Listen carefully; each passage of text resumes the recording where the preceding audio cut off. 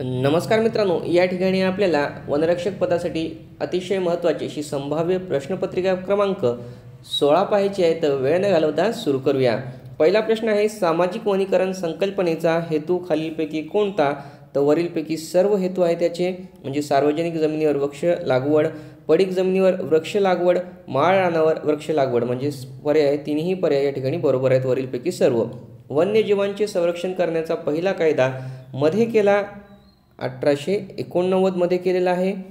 त्यानंतर पेन्सिल तयार करण्यासाठी कोणत्या जातीच्या झाडाचे लाकूड वापरलं जातं? ज्युपिटर. त्यानंतर महाराष्ट्रातील खाजन खारफुटीच्या वनात खालीलपैकी कोणते वृक्ष आढळतात? वरीलपैकी सर्व आढळतात. काजळी, तिवर, आंबोटी सर्व वृक्ष आढळतात. त्यानंतर या समाजाने व्यवस्थापन केलेल्या स्थानिक पातळीवरील नैसर्गिक स्रोतांचे व्यवस्थापन करणाऱ्या संस्था आहे. तर या ठिकाणी मित्रांनो जैवविविधता व्यवस्थापन समिती. त्यानंतर सजीव जे स्वतःचे अन्न स्वतः तयार करू शकतात त्यांना म्हणतात उत्पादक, म्हणजेच झाडे आहेत, वनस्पती आहेत. भारतातील जैवभौगोलिक विभागांची संख्या आहे 10. मगरींचा प्रजनन व संवर्धन कार्यक्रम 1975 मध्ये सुरुवातीला रिकामी जागा यांच्या मार्गदर्शनाखाली सुरू करण्यात आला होता. Doctor AR bustard.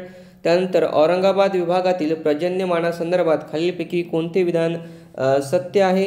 तर या ठिकाणी 2 क्रमांकाचं विधान सत्य आहे. बीडमध्ये सर्वात जास्त पाऊस सप्टेंबर महिन्यात पडतो.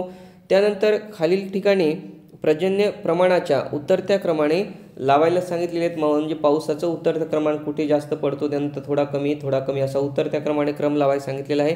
आणि या ठिकाणी पर्याय क्रमांक 1 हे बरोबर आहे, म्हणजे सगळ्यात जास्त पाऊस माथेरानला पडतो या ठिकाणी. त्यानंतर मित्रांनो पर्जन्य प्रमाणाच्या उतरत्या प्रमाणे, त्यानंतर आंबोली, त्यानंतर महाबळेश्वर आणि या ठिकाणी मित्रांनो पाचगणी, म्हणजे पर्याय क्रमांक 1 11व्याचं या ठिकाणी मित्रांनो पर्याय क्रमांक 1 मित्रांनो 10 नंबरचे आहे त्याचं या ठिकाणी पर्याय क्रमांक 1 हे उत्तर तुम्हाला पाहायला मिळेल. म्हणजे अ ब क ड त्याप्रमाणे दिलेलं आहे, त्याचप्रमाणे पर्जन्य प्रमाणाच्या उतरत्या क्रमाने हा क्रम येतो. या ठिकाणी पर्याय क्रमांक 1 उत्तर आहे. उन्हाळ्यात ऐन मोसमात खालीलपैकी कुठे मित्रांनो या ठिकाणी 46°C ते 48°C पर्यंत तापमान वाढत असल्याची नोंद आहे? तर या ठिकाणी मित्रांनो पर्याय क्रमांक 4 उत्तर या ठिकाणी बरोबर येतं. या ठिकाणी पहा, खानदेश आणि पूर्व विदर्भ यामध्ये 46 ते 48 पर्यंत तापमान वाढत असल्याची नोंद येते. महाराष्ट्रातील या अभयारण्यामध्ये पान मांजर आढळून येते. मेळघाट. त्यानंतर पुढील प्रश्न पहा, भारतामध्ये 1975 मध्ये मगरींच्या प्रजननाचा कार्यक्रम येथे सुरू करण्यात आला. कुठे सुरू करण्यात आलेला आहे पहा, नंदनकानन जैविक उद्यान, ओडिसा. त्यानंतर पुढील प्रश्न पहा, कच्चा माल व पक्का माल यांच्या योग्य जोड्या जुळवायला सांगितलेल्या आहेत मित्रांनो. आणि या ठिकाणी पर्याय क्रमांक 1 बरोबर आहे, अचं 1 आहे. साबण, रिठा साबण आहे. कडुलिंब या ठिकाणी टूथपेस्ट. त्यानंतर हळद या ठिकाणी सौंदर्य प्रसाधने. त्यानंतर करंज या ठिकाणी त्याचं येतं उत्तर मित्रांनो, करंजचं उत्तर येतं जैविक इंधन. अशा प्रकारे त्याच्या समोरची उत्तर आहेत. खालीलपैकी कोणत्या जिल्ह्यात काटेरी वनं आढळतात? तर या ठिकाणी मित्रांनो जिल्हे आणि त्यांची पहा, या ठिकाणी अहमदनगर जिल्ह्यात काटेरी वनं आढळतात, लक्षात ठेवा अहमदनगर जिल्हा. पुढीलपैकी कोणती विधाने बरोबर आहेत? तर 16चं. तर या ठिकाणी अ आणि ब ही 2 विधाने बरोबर आहेत. देशात सदाहरित वन क्षेत्राचे प्रमाण अत्तेलपासून ते पश्चिम घाटातील गाभा क्षेत्रापुरते मर्यादित आहे. अल्पाईन वनांमध्ये सिमूल, रोजवूड, लॉरेल, कदंब अक्षवृक्ष आढळतात. महाराष्ट्रात समुद्राच्या काठी वाढणारी वनस्पती खालीलपैकी कोणती आहे? ती आहे मित्रांनो सुंदरी. खालीलपैकी कोणत्या वनस्पतीची फुले रंगकामासाठी उपयुक्त ठरतात? ते या ठिकाणी पर्याय क्रमांक 1 आणि 2 बरोबर आहे. भारतात उद्भवणारे 80% आजार कशामुळे होतात? तर या ठिकाणी मित्रांनो जलप्रदूषणामुळे होतात. पर्यावरण, राष्ट्रीय पर्यावरण संस्था या ठिकाणी आहे ती मित्रांनो भोपाळ, लक्षात ठेवा मध्य प्रदेशातल्या भोपाळ या ठिकाणी आहे. वन्यजीव सप्ताह कधी साजरा केला जातो? 1 ते 7 ऑक्टोबर. डेसिबलपेक्षा अधिक ध्वनीस गोंगाट म्हणतात. कोणत्या डेसिबलपेक्षा जास्त ध्वनीला गोंगाट म्हटलं जातं? 80. त्यानंतर निद्रानाश, बहिरेपणा व मानसिक स्वास्थ्य बिघडणे हा प्रदूषणाचा दुष्परिणाम आहे.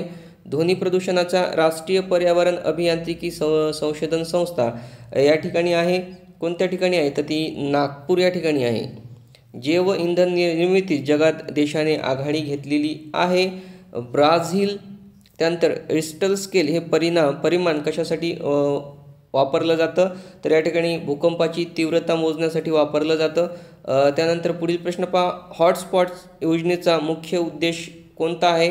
तर वायू प्रदूषण मोजण्यासाठी हॉटस्पॉट याचा वापर केला जातो. लक्षात ठेवा, हॉटस्पॉटचा उपयोग वायू प्रदूषण याचं मोजमाप करण्यासाठी केला जातो.